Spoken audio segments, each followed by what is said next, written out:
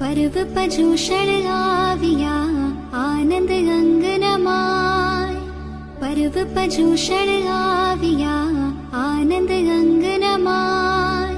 घर घर उत्सव अति घना श्री संघ आवीने जाय। पर्व पजूषण आविया आनंद अंगनमाय। जीव हमारी पलाविए कीजिए व्रत पच खान। भाव धरे गुरु वंदिए सुनिए सूत्र बखान। पर्व पजूषण आविया आनंद अंगनमाय। 8 दिवसेम पाणिये आरंभनु परिहारो। नावण धोवण खंडन लीपण पीसण रेवारो। पर्व पजूषण आविया आनंद अंग